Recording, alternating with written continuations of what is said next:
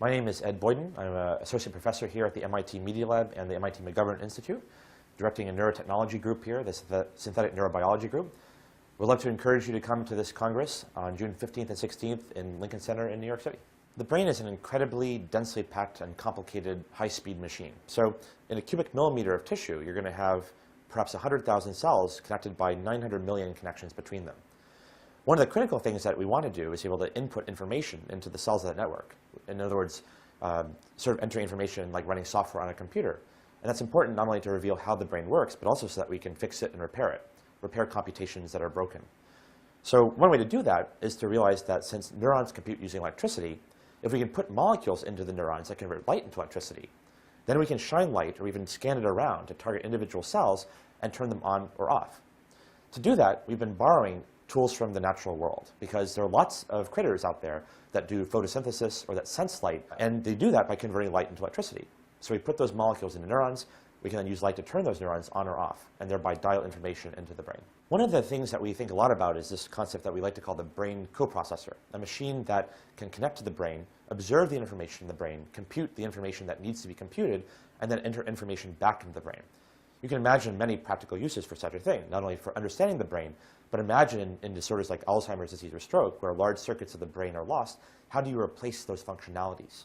And of course, if you can replace parts that are lost by parts that are easier to upgrade in the future, that's always a great design principle for bioengineering. So to do that, we are working on technologies that allow us to observe many of the neurons in an area of the brain, ultra-dense probes that are made out of novel materials and that have computational power embedded within them.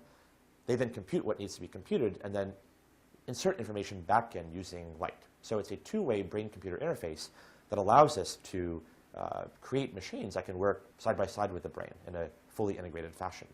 And already we're doing such tests in animal models, but we take the translational side of going into humans quite seriously. A cubic millimeter of brain tissue has about 100,000 cells. 1,000 of those will give you a cubic centimeter, say the scale of a mouse brain, and 1,000 of those would be something approximating the scale of a human brain.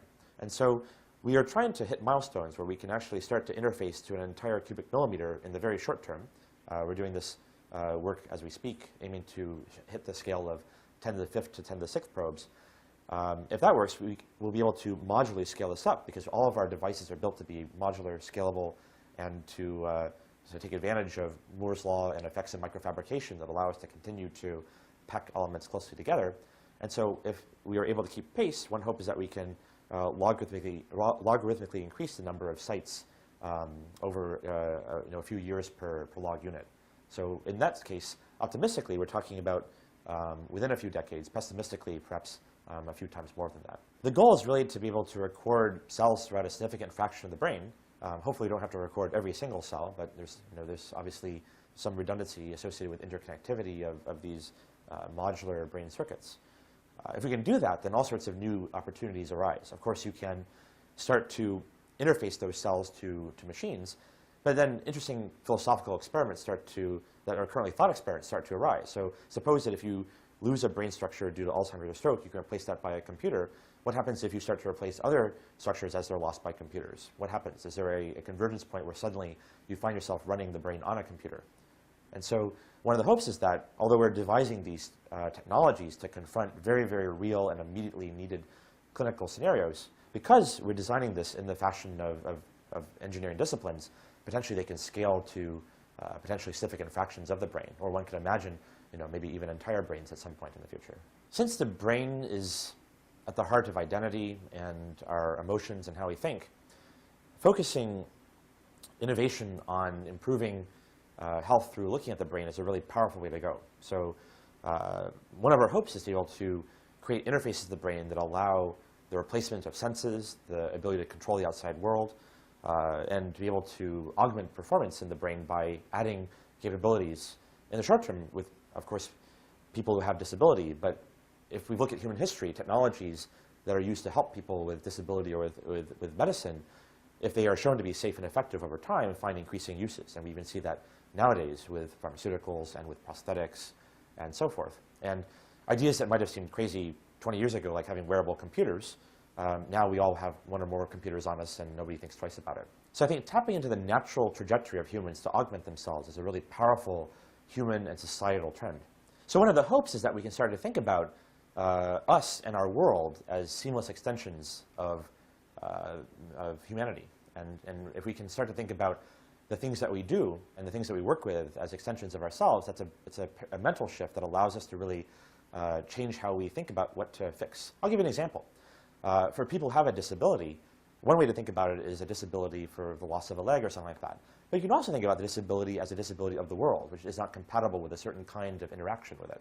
And so by fixing the world and repairing it, you end up with a paradigm shift that allows you to make the entire operation of civilization better, as opposed to fixing something that might just be a transient one-off fix. So can we repair the world as an extension of ourselves? One of the most important things that we could do is to find ways to help people from different engineering backgrounds, materials science, chemistry, synthetic biology, and then experts in all of the problem spaces, different neurodegenerative disorders, experts in understanding the biological pathways that lead to the changes in brain, both positive and negative. And we need to find ways to optimally, combinatorially link people in networks that allow them to go out and solve problems. So one thing that I think a lot about is how to sort of curate innovation. How do you put together these dynamic teams to go solve a problem? One thing that is clear is that because we don't know enough about the brain in order to completely simulate it or completely interface to it today, is that there's going to be serendipity involved. And so what we need to do is to have very flexible dynamic teams that can reconfigure and be able to bring whatever technology is needed to bear upon whatever problem is at hand. And that suggests a new kind of scalable project, one that's more flexible, more dynamic, more agile, and able to take new disruptive innovations into stride and then use that in the context of some problem-solving environment to rapidly change. Unlike some projects, like landing on the moon, where the goal might be pretty clear, for the brain, we don't necessarily know what abstraction layer is most important. Could we do it completely non-invasively, or do we need to know where every molecule is? What that suggests is that we need a very rapid invent, try it out, evaluate cycle, and to be agile in our ability to shift as new insights come online. And I think that is possible. I think that we can find people who want to collaborate in these networks. And already we have a pretty large neurotechnology network that's emerged out of our efforts with in vivo robotics and optogenetics and 3D brain interfacing. And even now, we're branching out into other areas, such as synthetic biology machines that can be used to observe neurons, new kinds of microscope that can go at extremely high speeds. And all this is done sort of in this distributed network of people who like to work together on these problems because they understand the impact of what they're doing. So one hope is by thinking about the body and brain as an integrative system, maybe we can tackle problems that are very difficult to tackle by focusing on one thing alone. And that will provide a lot of motive force for people to work together on the intact organism, the intact human, as a system to be engineered.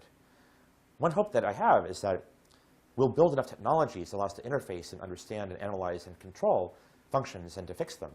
And that platform will become a platform that people can then use as building blocks for fundamentally new innovations, maybe innovations that we don't even anticipate at the current time.